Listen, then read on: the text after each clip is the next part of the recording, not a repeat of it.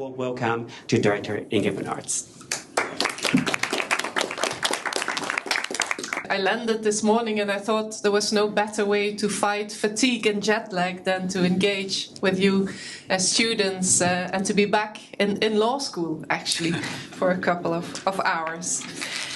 What takes me to Singapore here today is the 11th competition conference of the ASEAN region, where I'll be talking tomorrow about pretty much the same topics as we'll be discussing today, about competition policy as an enabler for growth and for economic integration in the context of today's challenges.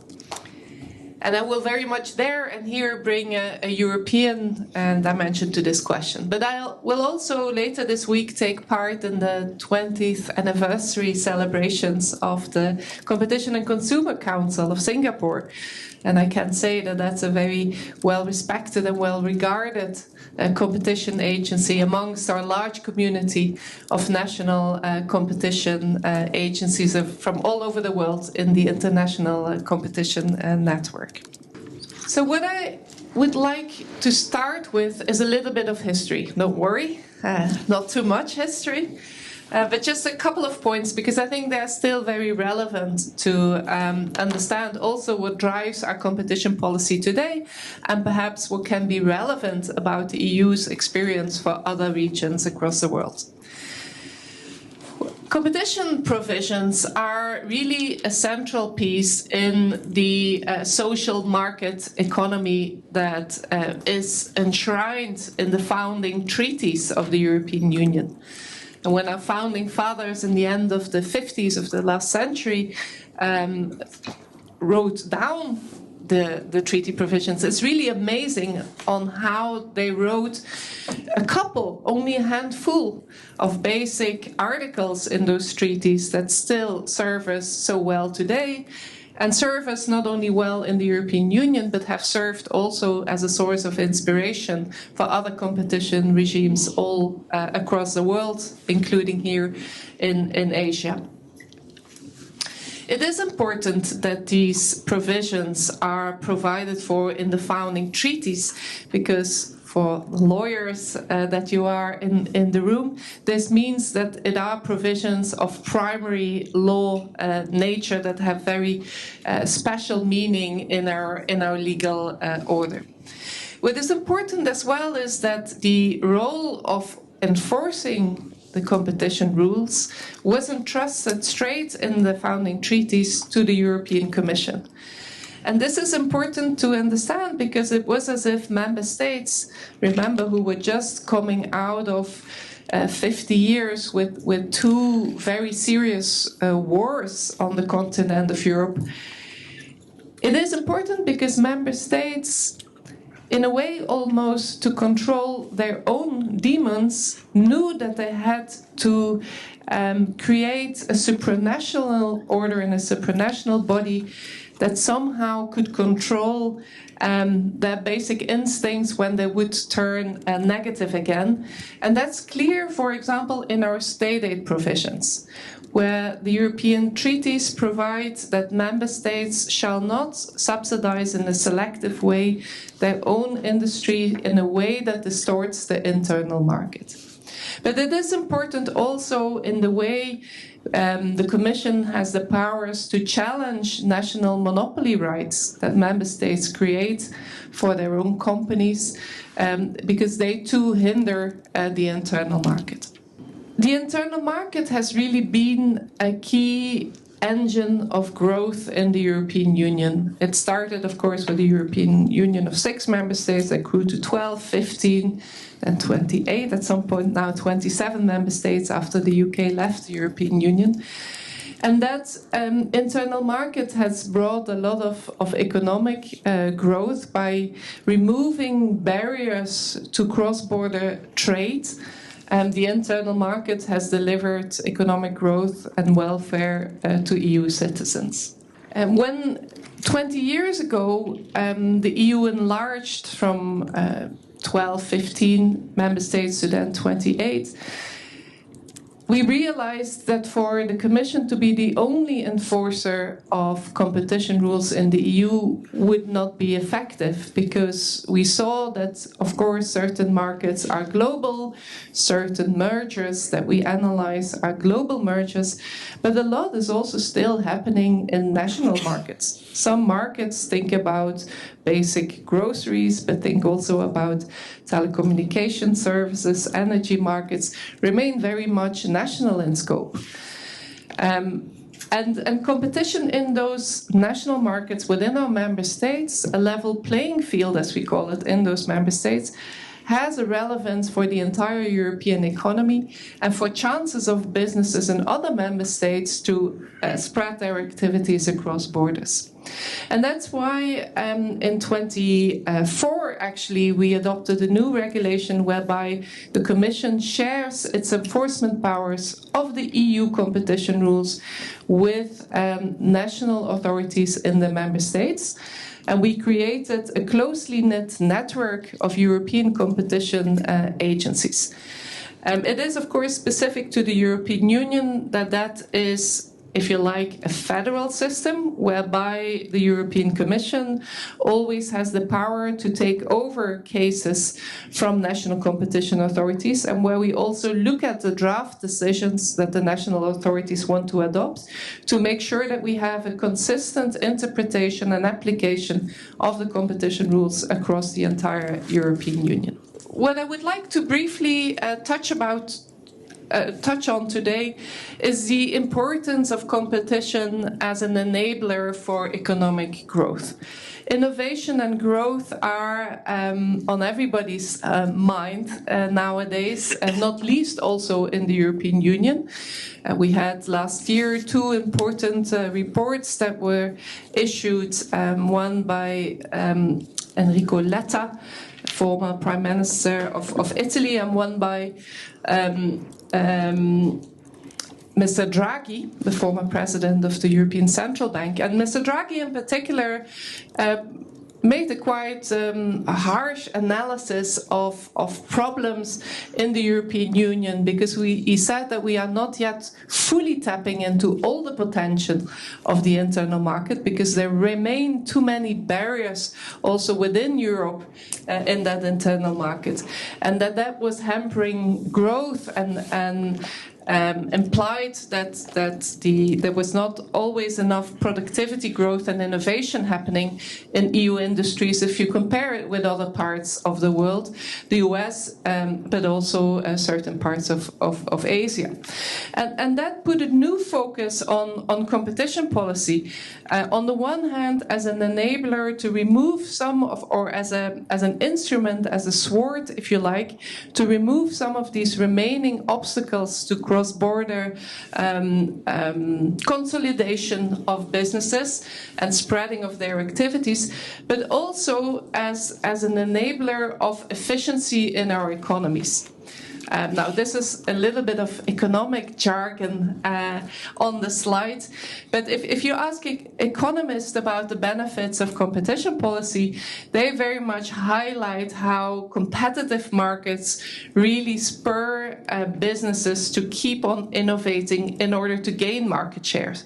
When you are exposed to competition, you cannot sit in your and rest on your laurels. I compare it to competing in a sports competition. If you do not train, if you do not challenge yourself to be the fittest, you will not win many races.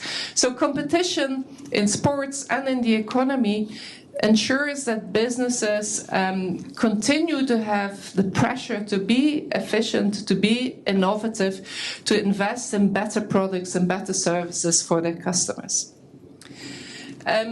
Competition also makes sure that the means in our society, the productive means, are allocated in an efficient way.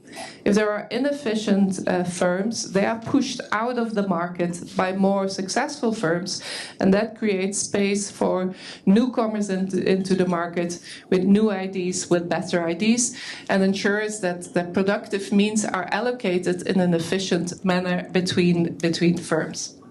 In the European Union, we are strongly convinced also that effective competition at home prepares our European businesses well to compete successfully in global markets. Again, compare it to sports. If you are trained in your domestic, small-sized competitions and you train and you compete there, then you can also be a successful athlete one day at the Olympic Games. It's very hard to immediately go to the Olympics without having taken part in competitions at home. As I mentioned, we are strongly convinced, because we believe that our history and empirical analysis of that history has shown us that the macroeconomic effects of competition are such that competition is an important driver of our long-term economic growth. What is important, and here we come a little bit to the setup of the European Commission, where my department, the Director General for Competition, is one of the departments of the European Commission, and therefore part of government, if you like, although there are the necessary assurances to make sure that there is also the independence, notably when we enforce our rules in specific cases. But why that is important? Because it helps us in doing what I call here on this slide the competition advocacy with other departments of the European Commission, where they put in place, for example, legislation.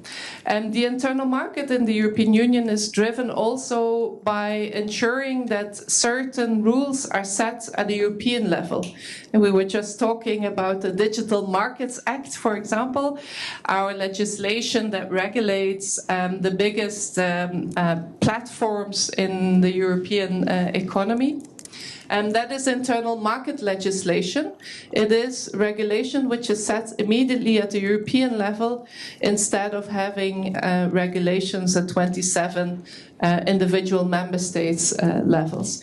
Now you have legislation in many fields, from consumer safety products to how energy markets or telecoms markets operate, how aviation transport has been liberalized. And competition authorities, my department, played an important role in that, in putting in place such competition enabling legislation and in identifying where there can be barriers to optimal functioning of markets. So this is, I would say, a mutual beneficial dialogue that needs to take place between competition agencies and lawmakers to ensure that laws are designed and put in place in pro-competitive manners and do not still competition. If we can move to the next slide, please. There I give you a little bit of an overview of the intensity of our enforcement action going back to the early 2000s. And you see that we take on average 28 competition interventions per year. I have here, for the sake of simplicity, left out the state aid control decisions, and I focus only on the antitrust decisions. This is to a large extent decisions challenging abusive unilateral conduct by dominant players, cartel cases, often secretive collusion between competitors to fix prices or reduce volumes in the market with often very direct harm to consumers, and our merger control cases. So mergers above certain turnover thresholds need to be notified to the European Commission before they can be implemented. We carry out, within quite strict legal deadlines, an analysis to see whether such mergers would impede effective competition in the market or not. And if they do threaten to impede effective competition, then the parties have the opportunity to propose remedies. For example, they can divest a part of their business before then we clear the merger. But if such remedies are not proposed or are not available, we can also block mergers. So here you see the number of interventions. So for mergers, that means transactions that we clear either with remedies or that we prohibit, cartel decisions and antitrust decisions. And there are on average about 28 such interventions, most of them mergers. We handle about between 300 and 400 merger transactions a year. Now, what is important is this figure on the slide, because we have invested in a department that focuses on doing ex post evaluation and calculates on the basis of best standards that have been agreed within the OECD how much consumer savings result from our competition enforcement. And I mean, there is quite a broad range in the figure that you see here, because it's not always easy to calculate exactly, but we do estimate that this is, or we do think that this is an underestimation of the real savings, because it doesn't really include the preventative effect that our enforcement actions have. So annual savings of about 12 to 20 billion euros a year, that's 18 to 30 Sing dollars a year. And if you calculate it in macroeconomic gains, then our colleagues from the Economic and Financial Department and the Joint Research Centre have calculated that competition enforcement boosts the EU GDP by 0.6 and 1.1% annually. So that means between 100 and 180 billion euros in current GDP terms. I'm sure that if you were to do calculations here in Singapore or in the region, the figures would not be very far apart, at least in terms of the potential of competition enforcement.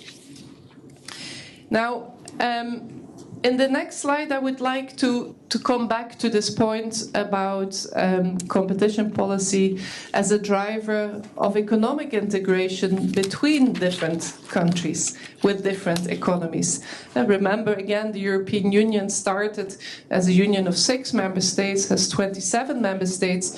And if you see throughout the years, then it's actually quite amazing on how quickly economic integration of these countries has happened and how this has lifted economies upwards. And this is done by, on the one hand, as I mentioned, tackling national monopolies that were in place in these member states. Think about the utility sectors again. We used to have national telecoms monopolists until about 30 years ago, in the 90s of previous century, that actually competition legislation abolished those monopoly rights, and internal market legislation was then put in place to make it possible for telecom players to enter each other's markets. It is still unfinished business today, and it still requires hard work from us every day, and sometimes in, as you can imagine, circumstances which are not always easy. For example, right now we have a procedure that we opened against Italy because there were 2 banks in Italy that were merging. We had looked at the transaction from a merger control perspective. We saw that there was no competition problem as a result of that merger.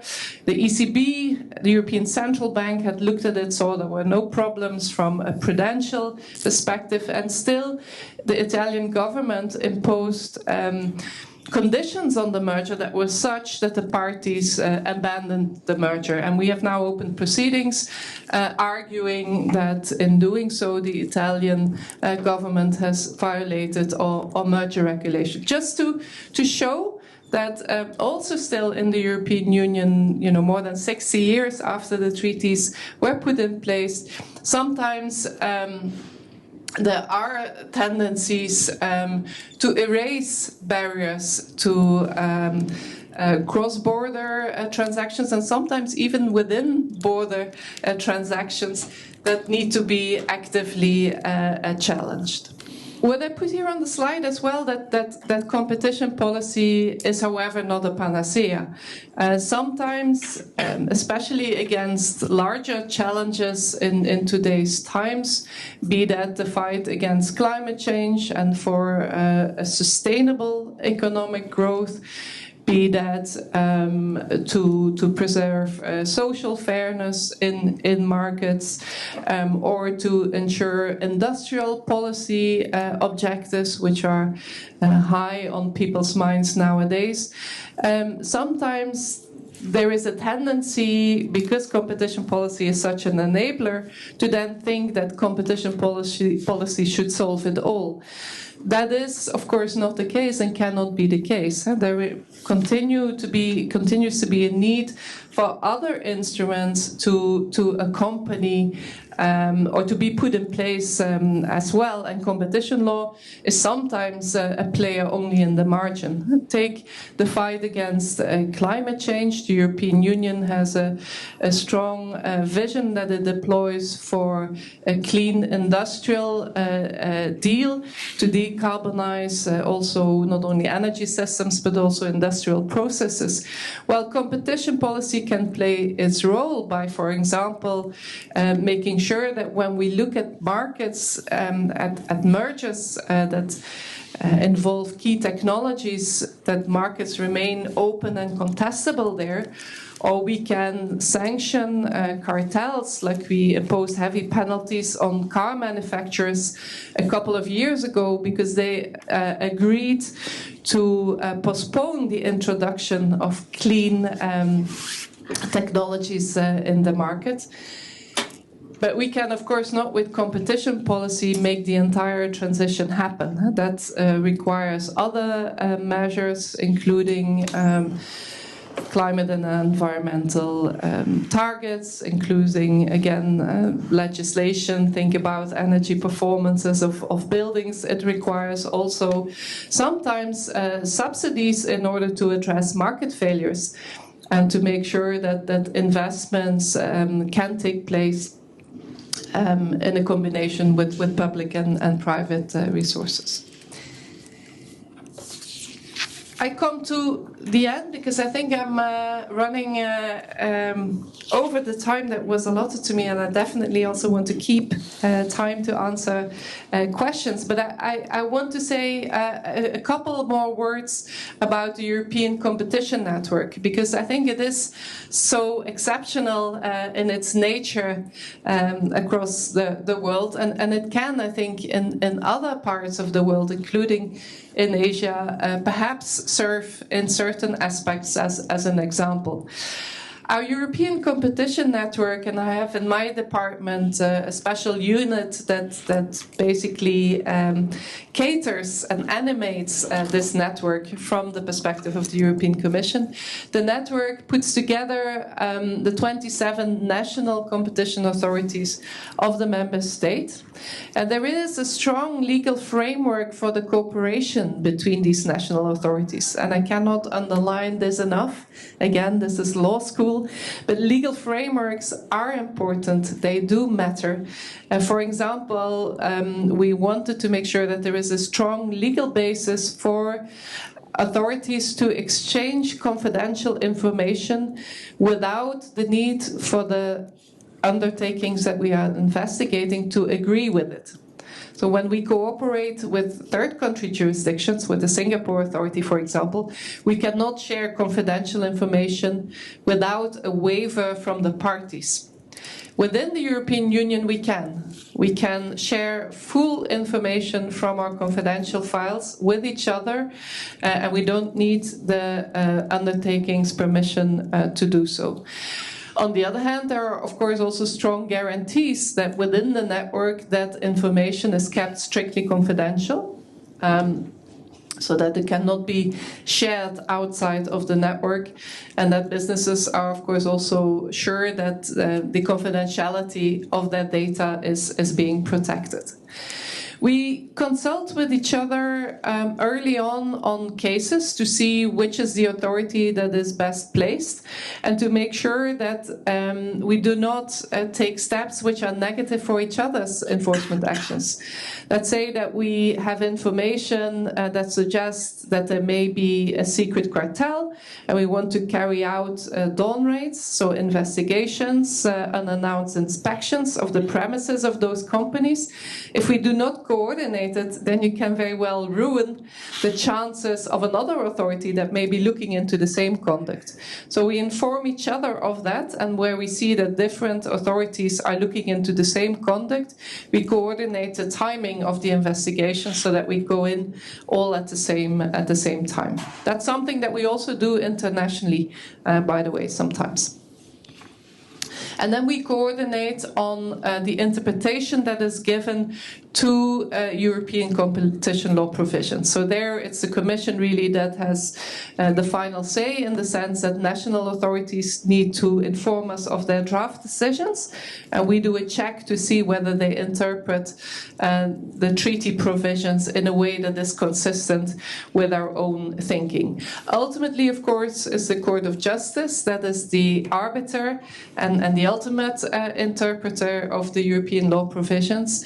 And there also we have mechanisms in place where we can intervene through amicus curiae letters in proceedings of the court that concern national competition law issues.